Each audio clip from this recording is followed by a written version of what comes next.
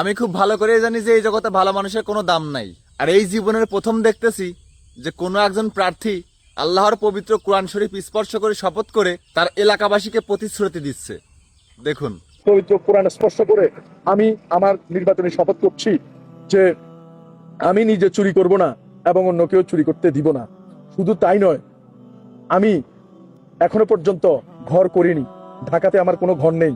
পবিত্র কোরআন হাতে রেখে বলছি, ঢাকাতে আমার কোনো ঘর নেই, চট্টগ্রাম ঘর নেই এবং নোয়াখালীতে আমার কোনো ঘর নেই।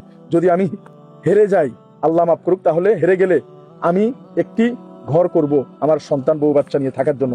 এই কোরআন স্পর্শ করে বলছি, যদি আমি জিতে যাই, এই মানুষজন যতক্ষণ পর্যন্ত বলবে যে আমার ঘর নেই, ততক্ষণ পর্যন্ত আমি ঘর করব না। আপনারা যদি আমাকে নোয়াখালী 5 আসনে এমপি পদে জয়যুক্ত করেন, এই কোরআন স্পর্শ করে বলছি, যতদিন একটি মানুষের ঘর থাকবে না, ততদিন পর্যন্ত আমি ঘর করব না। আমি এরকম বিশাল সমাবেশ ডেকে আবারও আপনাদেরকে নিয়ে বসবো, যদি কারো ঘর না থাকে আমি ঘর করব না। এর উপর আমার আর কোনো ওয়াদা নেই।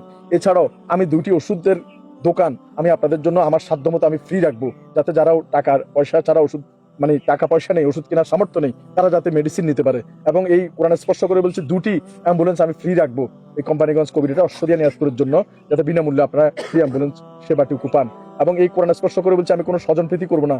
এমন কোনো মানুষ থেকে টাকা নিয়ে যে আপনি মেম্বার হবেন, চেয়ারম্যান হবেন, মেয়র হবেন, উপজেলা মেয়র হবেন, এই কোরআন স্পর্শ করে বলছি, আমি টাকা নিয়ে এরকম কোনো মানুষের কাছে আমি বলবো না যে আপনারা এটাতে আপনারা নির্বাচিত হবেন, আমাকেই টাকা দেন।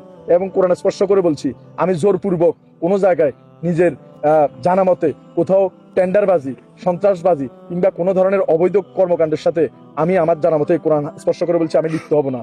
এবং আপনার নেতা না বলতে পারলেও আমি ইনশাল্লাহ বলতে পারি। এবং আমার কাছে সকল দল সমান। এই কোরআন স্পর্শ করে বলছি, আওয়ামী লীগ, বিএনপি, জামাত, জাতীয় পার্টি, জাসদ বাসদ সবাই আমার কাছে সমান। কোনো মিথ্যা মামলা আমার জানা মতে আমি রাখবো না।